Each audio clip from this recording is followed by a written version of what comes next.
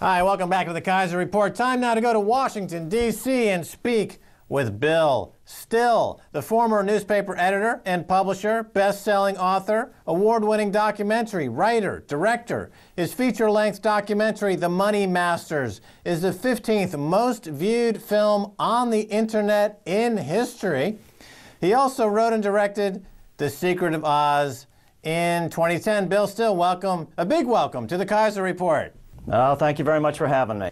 All right, Bill Still, as a way into your films, The Money Masters and The Secret of Oz, I want to start by asking a question that will most interest our audience. Is there any gold in Fort Knox? And if not, who took it, why, and how? No, it was, and incidentally, I detail that in my new book, which is entitled No More National Debt. As far as we know, there's no gold left in Fort Knox. There was one peek into Fort Knox in the 1970s. It was either 1973 or 74, which was instigated by an older friend of mine by the name of Ed Durrell. He spent $11 million of his dollars. He was a very wealthy Ohio industrialist trying to answer just this question. So they finally opened the doors. They were forced to open the doors in 73 or 74. There were a couple AP reporters, a couple of congressmen, and there's this famous picture of the director of the Mint, Mary Brooks, standing in front of this wall of gold saying, "Look, it's all here."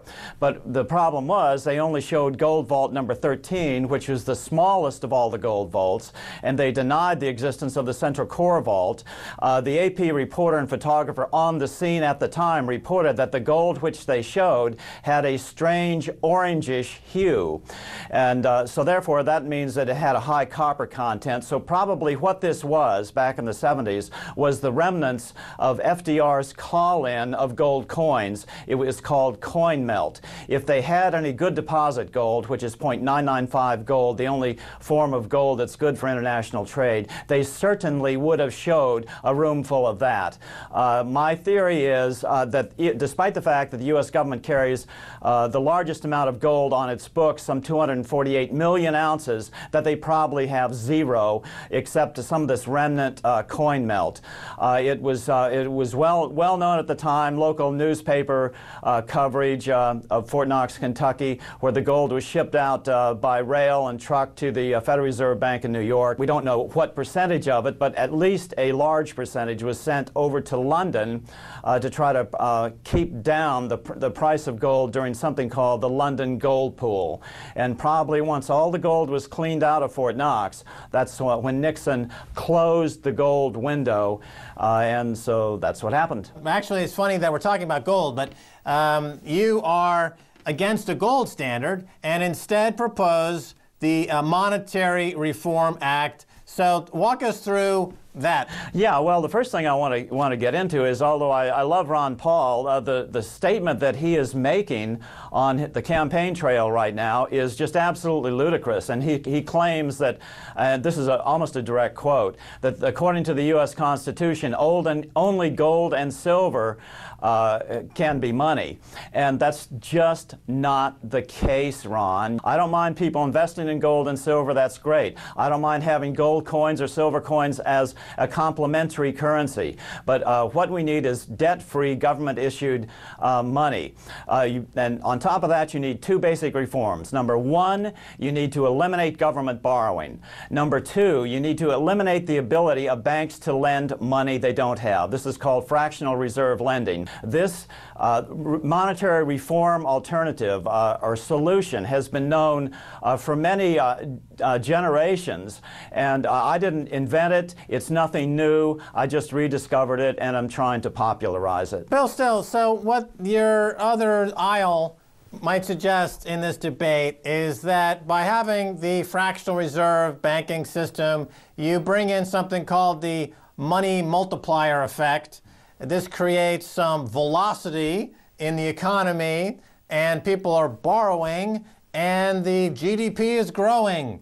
So what do they have wrong? The problem with the money system is that right now banks can lend 10 to 12 times the money they actually have, and that's if they follow the rules. We found out as a result of the 2008 debacle during congressional hearings here that in fact the big U.S. banks, Morgan and Citibank, were leveraged 52 to 1, Fannie and Freddie were leveraged 72 to 1, and Goldman Sachs was leveraged 333 to 1, and about a year ago President Obama got on TV and said, oh, you know what, we just need to eliminate that nasty old reserve requirement altogether. In other words, 333 to 1 is not sufficient for these banks. Only infinity will do. Now the problem is when you're leveraging money to that extent, once the bubble pops, then you're also leveraging on the way down. In other words, every dollar that comes out of the economy is multiplied then by that multiplication factor, whether it's 10, 12, 52, 72, or 333. So we're going through a major deleveraging of this huge bubble, and the economy absolutely will not come back. That's why you see the specter for the first time of all this money being pumped in by the Fed and it not having the desired result on the economy. We've reached a point for the first time in history called debt saturation. The only way to get out is this monetary reform solution.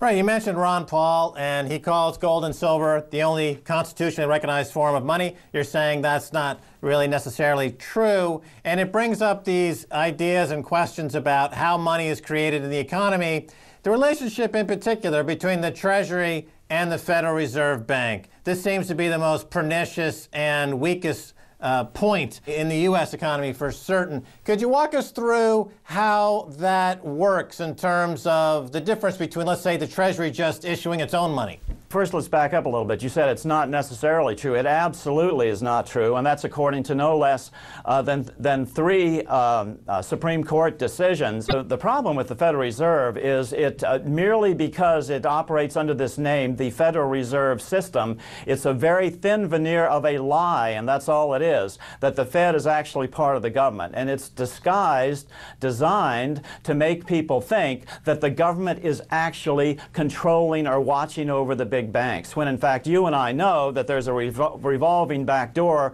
between the Fed and the big banks. The Fed is a captive of the big banks. The Fed does not create any money, with the exception of QE 1 and 2. All of our money is created as an interest-bearing debt. We are literally, and this is worldwide, we are literally renting every dollar we have in circulation, with the exception of coin money. Now this is a great deal if you can get it for the banks, but it's a horrible deal. Money should serve the public interest. I'm not interested in nationalizing banking, but I am interested in nationalizing money. We need a healthy, competitive commercial banking establishment that does lend at interest, because if you don't charge interest because of the time value of money, there will never be any lending. But banks cannot control the quantity of money, which they absolutely do today. Okay, over in the UK right now, they're having a big debate whether they should split the banks up between the speculative bank and the utility bank, or the deposit bank, in the relationship. The UK banking industry is lobbying hard that no ring fencing, as they call it. They don't want any ring fencing. It's going to destroy their economy. And yet it sounds like what you're talking about is that there should be a split up of this function in the banking, and there should be a return to some form of banking which is strictly as a utility. Yeah, absolutely. That function banks should merely be deposit banks and intermediaries between borrowers and lending. Where you really get into trouble is the fact that they can speculate on the market. That only magnifies the problem of fractional reserve lending. But I mean, even splitting up that function is not going to do it, because you still have banks creating 100% of the money, and that's what the problem is. It's not what backs the money that's important. It's who controls the quantity. And the gold bugs incorrectly believe that gold will control the quantity. But on top of that, even if gold would control the quantity, gold certainly won't control the quantity of money under the current system that's lent out by the big banks using fractional reserve lending. Okay, so presumably the thought here being that gold could simply be used as a fractional reserve as well. There's nothing to stop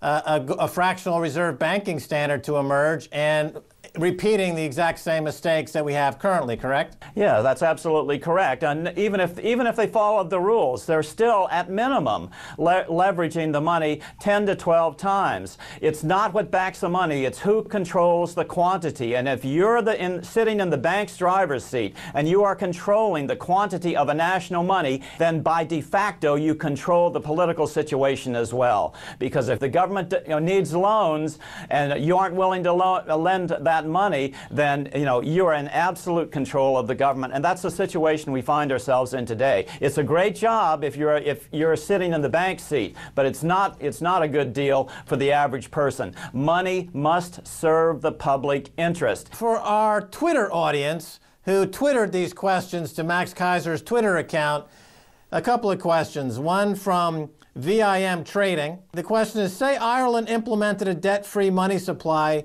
how would Bill Still propose it should be protected from banksters and speculators? Well, I mean, this is the basic function of government. You either believe that we, the people, are capable of self-governance, or you don't. And I believe that the reason governments worldwide are seemingly no longer responsive to the voting electorate is because they no longer own the money power. The banks own the money power. So step one is to take back the money power, and then that will allow government freedom from this banker class, or to a much greater degree in any case.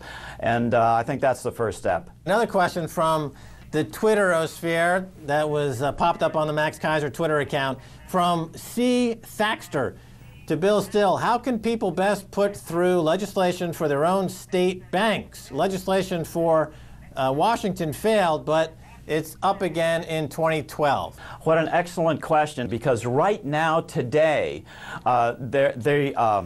the State Bank of California, a study bill, actually made it through both the upper and lower house of the California Assembly, and now sits on Governor Jerry Brown's desk for signing.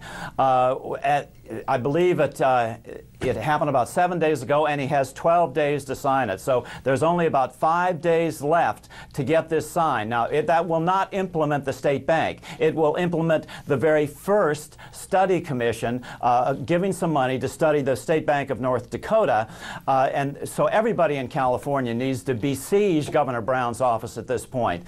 So yes, this can happen, and the first step is to draft legislation so that your state legislatures can apply money to study the Bank of North Dakota model, and they're perfectly willing to help any state. All right, Bill Still, that's all the time we have. Thanks for being on the Keiser Report. Thank you. All right, and that's going to do it for this edition of the Keiser Report with me, Max Keiser, and Stacey Herbert. I want to thank my guest, Bill Still, the director of The Secret of Oz. If you'd like to send me an email, please do so at keiserreport@rttv.ru. Until next time, this is Max Keiser saying bye.